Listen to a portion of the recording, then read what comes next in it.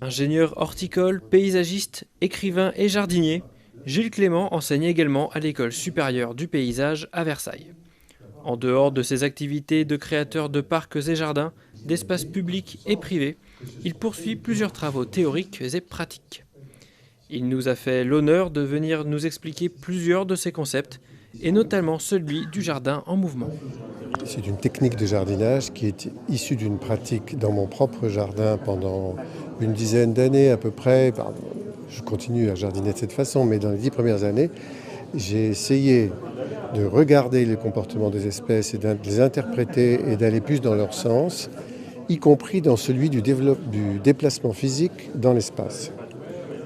Donc si une plante se déplace, parce que c'est une vagabonde, elle a un cycle court, elle meurt ici, elle va apparaître là, à ce moment-là, qu'est-ce que je fais en tant que jardinier? Est-ce que je décide que c'est une mauvaise herbe parce qu'elle est allée dans un endroit où elle ne doit pas aller? Non. Et j'ai dit que je la gardais, et à ce moment-là, beaucoup de choses ont changé, y compris le déplacement des îles fleuries, des fleurissements sur le terrain. Et c'est à cause de ça, à cause de ce vagabondage, que j'ai appelé jardin en mouvement, tout type de jardinage qui, au somme, prend en compte la dynamique naturelle des espèces. Et il n'y a pas que le mouvement, il y a d'autres choses, bien entendu. J'ai entendu un autre terme, par exemple, celui du jardin planétaire. Qu'est-ce que c'est ? Le jardin planétaire, c'est la planète considérée comme un jardin, pour 3 raisons. La première, c'est la couverture anthropique. L'homme est partout, comme le jardinier est partout sur son territoire. Même les endroits, disons, où il ne va pas, il sait qu'elles existent, il sait que il y mettra les pieds s'il le veut. Et pareil pour la planète, il y a plein d'endroits où on ne va pas, sauf qu'avec le satellite, on a des analyses, on sait tout. La deuxième raison, c'est le brassage planétaire. Le jardin est le lieu du brassage à l'origine. On apporte dans le jardin des choses qui viennent d'ailleurs, toujours, depuis le début, depuis l'existence du jardin, la naissance du jardin. Et pareil, aujourd'hui, sur la planète, il y a des plantes qui viennent de partout. Elles ont toujours bougé, les plantes, mais l'activité humaine les a accéléré ce mouvement. Ce qui fait qu'on a des campanules ou des capucines du Mexique en Nouvelle-Zélande, des griffes de sorcières sud-africaines au Chili, et ainsi de suite, partout, y compris chez nous, des élantes qui viennent d'Asie ou des robiniers d'Amérique. J'ai entendu également un autre terme, celui du tiers paysage. Tiers paysage, c'est un ensemble de paysages tous différents les uns des autres, mais qui sont tous des déprises, tous des abandons, ou des lieux où l'homme n'est jamais allé parce qu'il est trop difficile. Et là, se trouvent des tas d'espèces en refuge, qui sont des espèces menacées ou chassées de partout ailleurs. Autrement dit, ces lieux-là sont des lieux privilégiés, ce sont des lieux précieux, des trésors. Ils assurent le pool génétique et la richesse du futur. Donc on doit les regarder avec beaucoup d'attention. Vous disiez également que tout pousse sur tout. Est-ce que vous pouvez en dire 2 mots également ? Tout pousse sur tout, parce que même sur un sol comme celui-là, si on le laissait à l'air libre, alors qu'on est sur un sol apparemment stérile et minéral, enfin c'est du bois, mais ça pourrait être du béton, il va arriver quelque chose. D'abord de la mousse, des bactéries, mais ça on ne les verra pas, puis de la mousse, ça on la verra, puis finalement ça va créer ce qu'on appelle une prépelouse à bryophyte, c'est-à-dire des jeunes graminées au sein de cette mousse, et puis au bout d'un moment ça va faire un humus, ça va s'installer, et ça finira quand même par une forêt. C'est comme ça que les pyramides Inca sont sous une forêt, enfin plus trop aujourd'hui parce qu'on les a découvertes, mais elles étaient sous une forêt.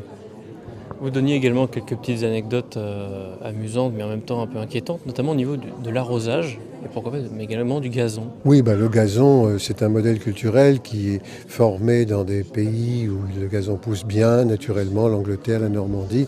Pourquoi pas, on peut faire des golfs sans difficulté, on tond et puis c'est tout, quoi. Mais quand on va commencer à faire des golfs dans des pays comme le Maroc ou comme, je ne sais pas, l'Arabie Saoudite, qu'est-ce que ça veut dire que de dépenser des tonnes et des tonnes d'eau on pourrait pousser la balle sur du sable, sur quelque chose d'autre. Non, c'est le modèle culturel, il faut que ce soit vert, comme en Angleterre. Mais pourquoi ?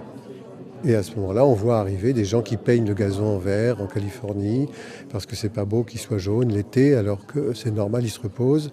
On voit arriver des gazons synthétiques complètement débiles, parce que là-dessous, rien ne vit. Et en plus, il faut l'arrosage automatique, parce que c'est dangereux, ça brûle quand on tombe, et ainsi de suite. On rentre dans un délire totalement irrationnel et qui n'a absolument rien à voir avec la vie. Comment jardiner plus intelligemment ?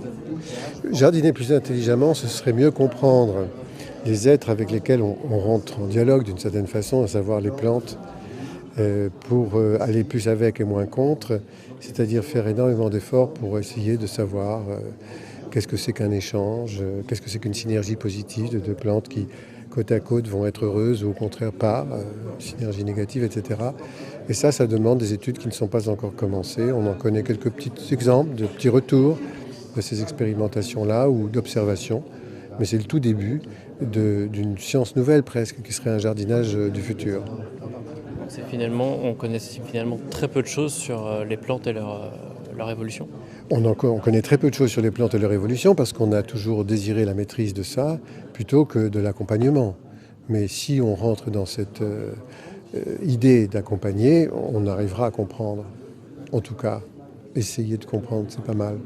Vous effectuez également vous-même des expériences pour mieux aller vers la nature et moins contre.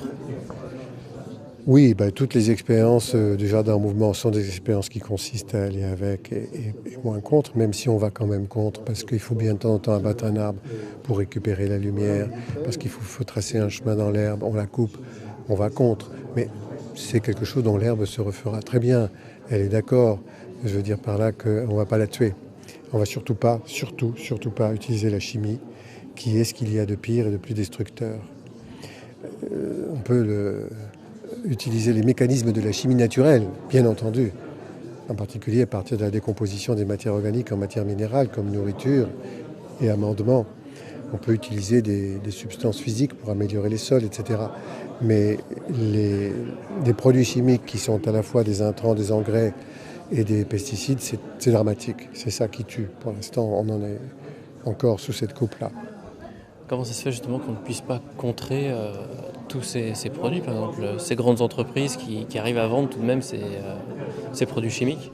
Oui, elles sont très difficiles évidemment à contrecarrer parce qu'elles ont une puissance énorme, ces entreprises, avec des moyens pour la publicité, pour convaincre, pour faire entrer dans les esprits, et aussi parce que leurs produits ont des résultats immédiats.